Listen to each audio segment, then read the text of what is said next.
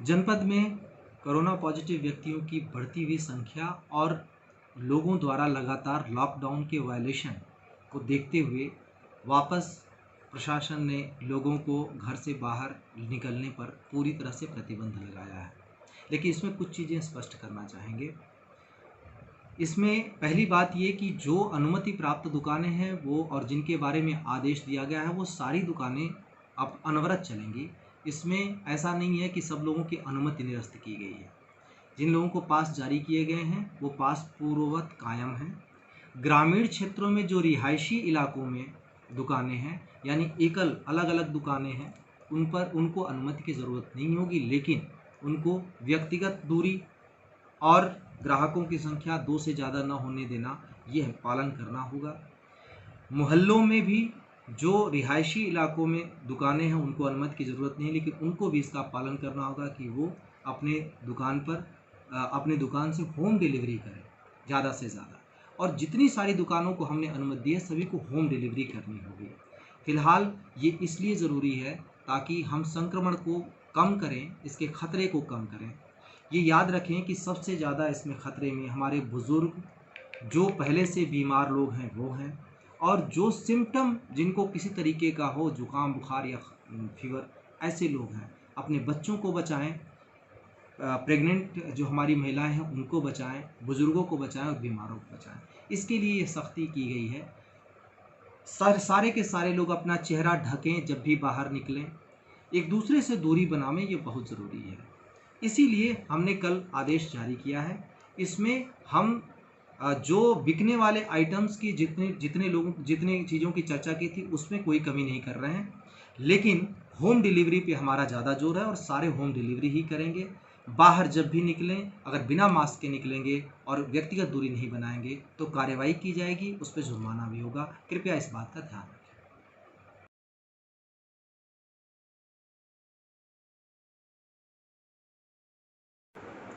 मैं जनपद रामपुर के सभी निवासियों से एक आग्रह करना चाहता हूँ। आपको पता है हमारे रामपुर में इस समय 10 सक्रिय कोरोना पॉजिटिव व्यक्ति हैं, और चूँकि लगातार बाहर से लोग अपने घरों को लौट रहे हैं और ऐसी जगहों से लौट रहे हैं जहाँ संक्रमण पहले से फैला हुआ है, तो ज़्यादा संभावना है कि ज़्यादा से ज़्यादा जब लोग आएंगे तो यहाँ पे संक्रमण फैल भी सकता है, बढ़ भी सकता है। हमें जल्दी से जल्दी नॉर्मलसी की तरफ भी लौटना है, क्योंकि ज़्यादा लंबे समय तक हम सारी चीज़ें बंद करके भी नहीं रख सकते। हमें इस बीमारी के साथ, इस बीमारी से बचते हुए जीना सीखना होगा, और इसके लिए ज़रूरी है कि हम कुछ उपाय अपनावें। पहली बात, सारे लोगों से रिक्वेस्ट करूँगा कि अनावश्यक घर से बाहर किसी भी कीमत पर न निकलें। ये आपकी सुरक्षा के लिए है। काम के लिए निकलें, और जब निकलें तो दूरी बनाएं। एक व्यक्ति यहाँ है तो दूसरा व्यक्ति यहाँ होना चाहिए। जब आपस में बातचीत भी करें तो एक दूसरे से दूरी बना के बातचीत करें।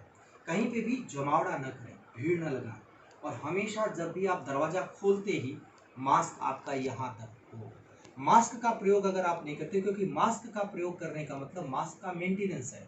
अगर मास्क का मेंटेनेंस करने की अगर आप नहीं कर सकते तो आपको गमछे से पूरे चेहरे को ढकना पड़ेगा।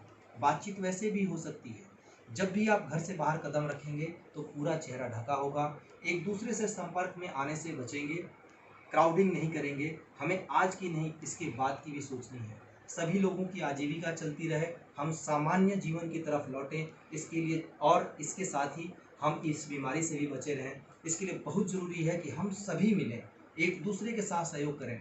पुलिस और प्रशासन के डर से नहीं, इस बीमारी से बचने के लिए हम सबको एक दूसरे के साथ आना होगा, दूरी बनाकर, और भीड़ भाड़ एकदम न करें। हम कोशिश कर रहे हैं कि रामपुर को सामान्य जीवन की तरफ वापस ले आएं, लेकिन आपके सहयोग के बिना यह संभव नहीं है, और आपका सहयोग चाहिए। अनावश्यक घर से बाहर ना निकलें, और घर से बाहर निकलें तो दूरी बनावें, कहीं पे भी क्राउडिंग न करें। धीरे धीरे हम सामान्य बाज़ारों को भी खोल लें, लेकिन बाज़ारों को खोलते समय हम ये कोशिश करें कि किसी भी प्रकार से कहीं पे भी हम इस बीमारी को फैलने न दें। इस बीमारी का सबसे ज़्यादा खतरा उन लोगों पर है जो कमज़ोर हैं, यानी वृद्ध, बीमार, और जो हमारी प्रेग्नेंट महिलाएं हैं, उन सारे लोगों को जो पहले से ही कमज़ोर हैं। इन सारे लोगों को हमें बचाने की पहल करनी होगी। इनको किसी भी कीमत पे न घर से बाहर जाने देना है, न ही किसी भी कीमत पर इनके संपर्क में आने देना है किसी को। ये याद रखें कि हमें हमारे यहाँ अभी तक सभी के सभी रोगी ऐसे मिले हैं जिनके अंदर सिम्टम नहीं है, लक्षण नहीं है, लेकिन इनके अंदर ये पोटेंशियल है कि दूसरे को वो फैला सकें। अगर हम एक दूसरे के संपर्क में नहीं आएंगे, अपने अपने चेहरे को ढके रहेंगे, तो संभवतः ये बहुत आसानी से हो सकता है। सबसे इम्पॉर्टेंट चीज़ कि सभी लोग हाथ धोते रहें, जो बाहर से आए हैं, जो अंदर हैं, वो सारे लोग हाथ धोते रहें और हाथ धोने के लिए साबुन का प्रयोग करें। ये हम लगातार आपको बताते रहे हैं, लेकिन हमें जब नॉर्मल जीवन में लौटना है तो कुछ आदतें लगातार बनाकर रखनी पड़ेगी। मास्क का प्रयोग, एक दूसरे से दूरी, हाथ धोते रहना, मुंह पर हाथ न लगाना आदत हम ये सीखें, ताकि इस बीमारी से हम लड़ें भी, हम सामान्य ज़िंदगी भी जिएं।